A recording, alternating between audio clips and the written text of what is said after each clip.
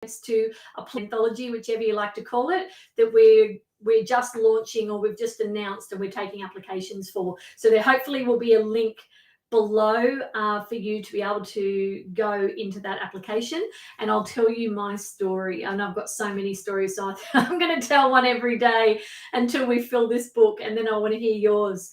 So years ago in London, maybe, 2022, so say 2008 or thereabouts, and I was dating.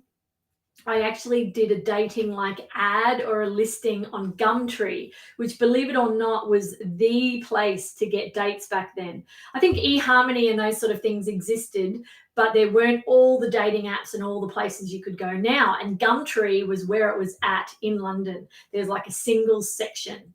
So I put quite a long sort of ad thing on there with 4 or 5 photos of myself and a big long thing about what I was looking for. And I think I had about 350 applications in 24 hours. Well, not applications, but, responses. None of them dodgy, which was interesting. All just decent. Some of them didn't make an effort, but all of them decent responses. Anyway, so I made a list of, 10 that I wanted to go on dates with, and sort of I would narrow it down from there. Anyway, one of the guys was this American guy living in London, really, really handsome, quite successful for a young person, well-educated, had actually worked, like done an internship or something at the White House, and like all great, great stuff. He looked like Captain America, really kind of boy next door. So we had this incredible date. We were sitting there at this pub. I lived in Clapham, and we were sitting there at this pub, and we talked for hours, and we took this selfie, and we were joking how we would show our grandchildren this selfie one day, the day the first date their grandparents had, and all this sort of thing, right? We got on amazingly. And I thought, oh my gosh, like this could be it. So I would have been in my early 30s at this point. And so I thought, oh my gosh, like he might be the one. Like this is actually perfect. So we were out for hours, and then we made a date to meet the next day, and we were going to go on a scavenger hunt. I love a scavenger hunt. If you want to win a scavenger hunt, be on my team. If you don't be on my team, be prepared to be slaughtered. So we were going on this scavenger hunt in London Bridge.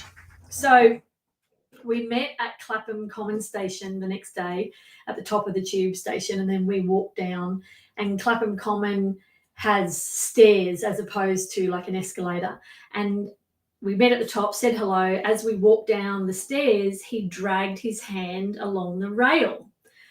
And I don't know about you, but I'd like never touch those things. And I'm actually a massive germaphobe. So I saw him slide his hand down the rail, and I went, oh, and I couldn't help myself. And I said something, and I said like, oh, like I could never touch that, or, something like that. And he sort of went, really? Like, what's the big deal? And I said, oh, I'm a bit of a germaphobe. He went, oh no, my God, I love germs. And I said, oh, really?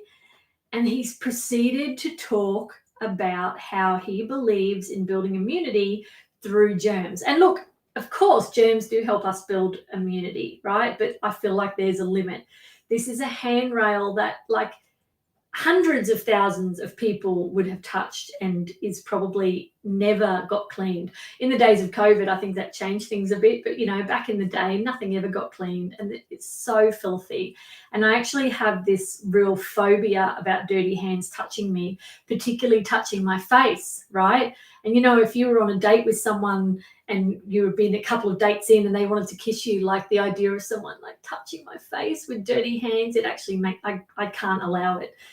So he obviously doesn't realize what a germaphobe I am, and he's talking about how he loves going for days at a time without washing his hands, and he loves touching like dirty things and all this sort of thing to build his immunity, and how great it is for you. And it's like something's crawling all over my skin, right?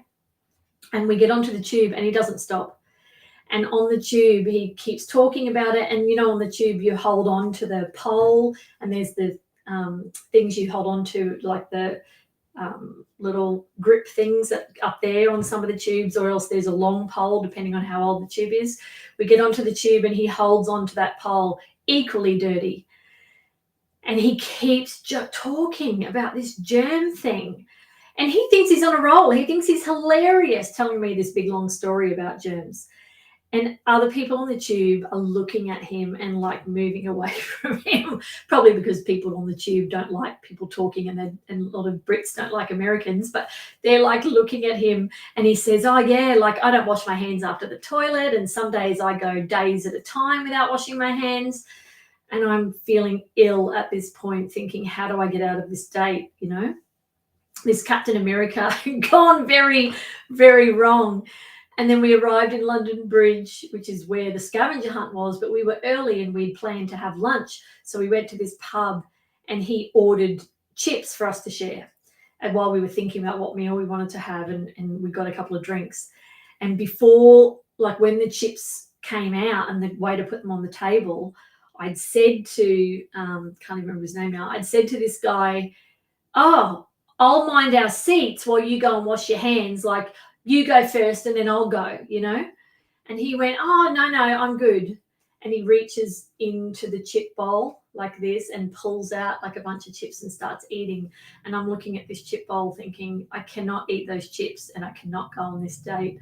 And I said to him, I'm really sorry, but I can't do this. And I got up and left and jumped straight back on the tube and went home. And I never heard from him again. We never went out, obviously, again. And I just thought, oh my gosh, how could, and I know it probably seems ridiculous. Does this seem ridiculous to you? It's like I'm probably a bit OCD, or it's like a genuine phobia, but I could not go down that road.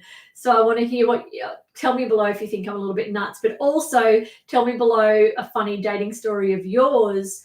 And hopefully there's a link below to give you access to an application form for our new anthology, Wrecking Balls, The Chronicles of Dating Over 30. And it's going to be hilarious. It's going to be a great time. Shocking, funny, sad, cute, disastrous dating stories. Whatever kind of story you have, we want to hear it. And basically, there'll be a bunch of authors together. You all share in the cost of sort of editing, design. I've got a fantastic illustrator working on a cover right now. We're going to have something very high end, as we always do. This is our 5th anthology. And I will not just get you to email in a chapter. I'm going to teach you how to pick your topic, how to structure it, how to tell this story in an engaging way, how to write like it's a novel. We are the character in a novel. It's called creative nonfiction. And how to write beautifully. You get 3 rounds of professional editing, so we polish your work until it's perfect, but still sounds like you. And it's going to be an absolutely amazing journey. All the authors we've worked with love it. And we've got multiple authors who have repeated several books with us. In fact, I think almost half the authors in our current and latest anthology, which hasn't been released yet, we're still finishing it off, but The Path, which is Spiritual Journeys, I think almost half of those authors have been in other books with us, or are definitely referrals from people who have been. So it's a fantastic experience. We do very high-end work. I can't wait to hear your dating stories. So again, I'm going to pop the link below where you can apply. And I'll be back with another story tomorrow.